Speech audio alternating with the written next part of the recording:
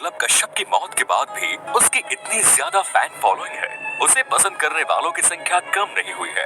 अक्सर आपने देखा होगा कि लोग मरने वालों को भूल जाते हैं, धीरे धीरे उनके दोस्तों की संख्या भी कम हो जाती है और ऐसी सिचुएशन में वो गुमनाम होकर रह जाते हैं। लेकिन दुर्लभ कश्यप एक ऐसा गैंगस्टर था जो कम उम्र में ही दुनिया को छोड़ गया, लेकिन इसके बावजूद उसके चाहने वालों के लोगों में वो आज भी जिंदा है। हमारे साथ इस वीडियो में आखिर तक आप बने रहिए। हम आपको बताने जा रहे हैं आखिर क्यों दुर्लभ कश्यप मरकर भी जिंदा है। उज्जैन का रहने वाला दुर्लभ कश्यप 18 साल का नहीं हुआ, लेकिन लोगों में उसके चर्चे आम होने लगे। इसके पीछे कारण भी था। दुर्लभ ने अपने लुक को कुछ ऐसा बना रखा था जो उसे सबसे अलग दिखाता था। इतना ही नहीं, नई पीढ़ी के नौजवान होते लड़के उसके लुक को देखकर इम्प्रेस हो जाते थे। माथे पर लाल टीका, वो भी कुछ इस तरीके का, आंखों में गहरा काजल, काली शर्ट या कुर्ते के ऊपर सफेद गमछा। जी हाँ, दुर्लभ कश्यप का कुछ इसी तरह का लुक सोशल मीडिया के माध्यम से लोगों को देखने को मिला। साल 2018 में चुनाव का समय था और पुलिस प्रशासन के ऊपर शांति व्यवस्था बनाए रखने का दबाव भी था। इसी वजह से पुलिस प्रशासन उपद्रव फैलाने की आशंका के चलते पेशेवर अपराधियों को पकड़कर उन पर नियंत्रण हासिल कर रही थी। उस समय उज्जैन के तत्कालीन एसपी थे सचिन अतुलकर। ये वही सचिन अतुलकर थे जिनके फिटनेस के चर्चे उनके दोस्तों के साथ साथ उनकी तस्वीरों को देखने वालों के बीच भी होते थे। तो भाइयों, चैनल को ज़रूर सब्सक्राइब कर लेना, वीडियो देखते रहें, एंजॉय करते रहें और मेरे इस चैनल को सब्सक्राइब करें। आगे भी आपको और भी कई रोमांचक आपको वीडियो देखने को मिलेंगे, तो कंटिन्यू। किसी बॉलीवुड स्टार की तरह नजर आता उनका ये गठीला बदन उन्हें लोकप्रियता दिला रहा था। लेकिन सचिन अतुलकर जिस अपराधी को मीडिया के सामने पेश करके प्रेस कॉन्फ्रेंस कर रहे थे, मीडिया उस अपराधी को चेहरे से नहीं पहचानती थी, लेकिन उसका नाम मीडिया के साथ साथ लोगों में कुछ इस कदर चर्चा में था कि उसका चेहरा देखने की ललक सभी में थी। प्रेस कॉन्फ्रेंस के बीच मीडिया ने सवाल पूछा कि इनमें से दुर्लभ कश्यप कौन है, तो उज्जैन के पुलिस कप्तान ने बताया कि दुर्लभ कश्यप खुद अपना हाथ उठाकर अपनी पहचान बताएगा। उस शक्ल से ही नाबालिग लग रहा था, लेकिन दुर्लभ कश्यप ने जिस अंदाज में मीडिया के सामने अपनी फटी हुई शर्ट पहने ही अपना हाथ उठाया, उसका ये अंदाज और वीडियो वायरल होता चला गया और उसे एक बड़ी पहचान मिल गई। आपको बता दें कि फिलहाल दुर्लभ कश्यप इस दुनिया में नहीं है, वो एक गैंग वॉर में मारा जा चुका है, लेकिन इसके बावजूद भी इसकी फैन फॉलोइंग बनी हुई है। वीडियो पर आए नए साथियों से हम कहना चाहते हैं कि चैनल को जल्दी से सब्सक्राइब कर लें। दरअसल पुलिस ने दुर्लभ कश्यप को राष्ट्रीय सुरक्षा कानून के तहत गिरफ्तार किया और दुर्लभ कश्यप और उसके साथियों को अरेस्ट करके प्रदेश के अलग अलग जिलों में भेज दिया गया, जिसमें से दुर्लभ कश्यप को जबलपुर सेंट्रल जेल भेजा गया। यहाँ दुर्लभ कश्यप ने पुलिस के एक्शन के खिलाफ कंप्लेंट फाइल की। दुर्लभ कश्यप अभी नाबालिग था, उसके बालिग होने में कुछ महीनों का वक्त बाकी था। दुर्लभ कश्यप ने नाबालिग स्टेटस का बेनिफिट उठाया और जब कंप्लेंट फाइल की तो जबलपुर हाई कोर्ट ने उसकी बात को एक्सेप्ट किया। अप्रैल 2019 में जबलपुर हाई कोर्ट ने दुर्लभ कश्यप के पक्ष में फैसला सुनाया। उसके बाद उसे बाल सुधार गृह भेज दिया गया। बाल सुधार गृह में समय बिताने के बाद जब दुर्लभ कश्यप बाहर निकला तो उसने अपने कुछ दोस्तों के साथ मिलकर इंदौर में एक फ्लैट किराए पर लिया, जहां उसका दोस्त राजदीप मंडलोई भी उसके साथ रह रहा था। उसने बताया कि इस बार दुर्लभ पूरी तरह से बदल चुका था। राजदीप ने बताया कि दुर्लभ नशा करना छोड़ चुका था और अब वो किसी बिजनेस को शुरू करने के बारे में योजना बना रहा था। इस बीच कोविड-19 के पैंडेमिक ने पूरी दुनिया में अपने पैर फैला दिए और बहुत सारे बिगिनर यूट्यूबर को भाई ये टास्क बिल्कुल इम्पॉसिबल सा लगता है। वो नए नए आते हैं वीडियो, इसी के चलते लॉकडाउन पे लग गया। दुर्लभ इंदौर का फ्लाइट छोड़कर वापस उज्जैन आ गया और फिर से अपनी मां के साथ रहने लगा।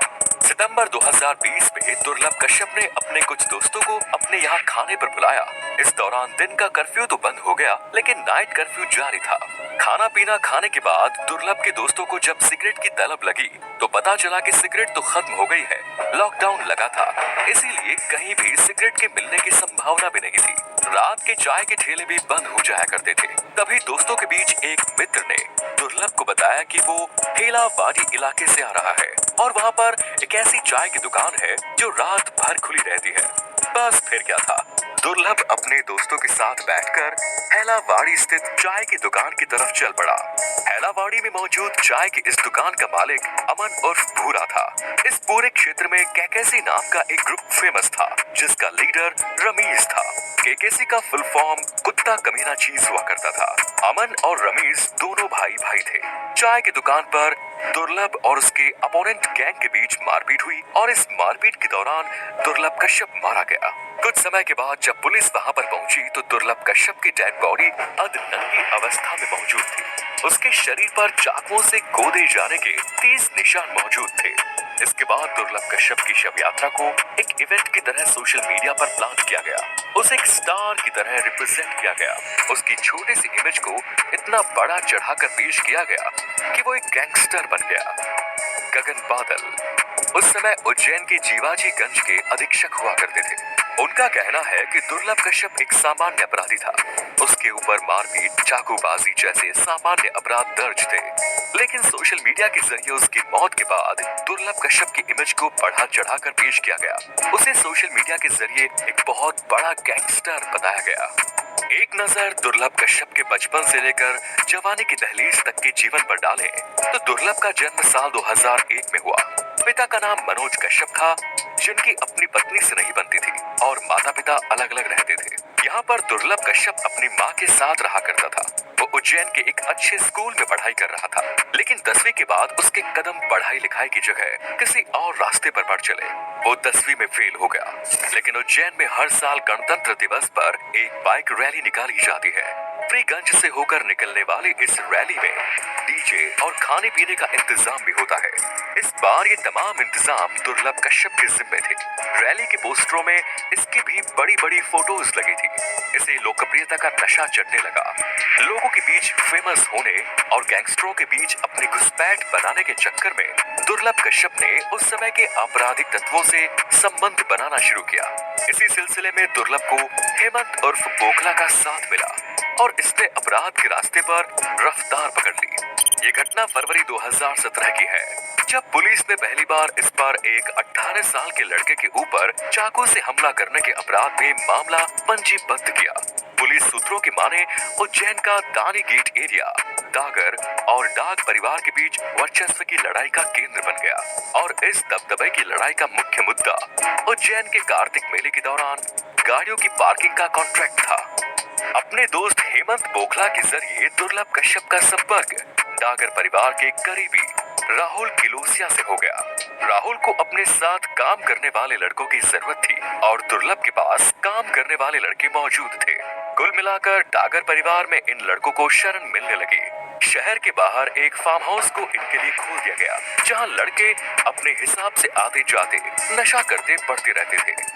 ये लड़के किसी भी समय किसी भी अपराध को अंजाम देने के लिए हमेशा तैयार रहते थे। ये घटना 11 से 12 जनवरी की रात की है, जब दुर्लभ कश्यप के लड़कों का सामना डाग परिवार के लड़कों से हुआ। अच्छी खासी मारपीट हुई, दोनों तरफ से लड़के घायल भी हुए, जो इलाज के लिए सिविल अस्पताल पहुंचे। डाग परिवार के अर्पित और कान्हा पर चाकू से इतना हमला हुआ कि उसकी मौत ही हो गई। जनवरी 2018 में पुलिस ने पहली बार हत्या का मुकदमा दर्ज किया।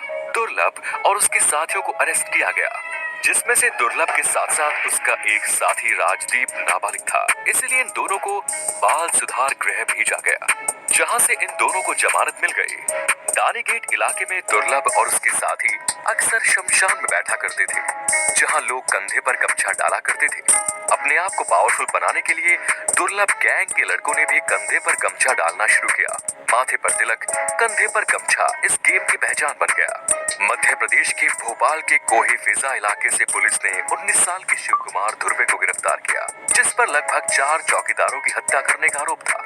उसने बताया कि उसने ये हत्याएं दुर्लभ कश्यप की तरह मशहूर होने के लिए की।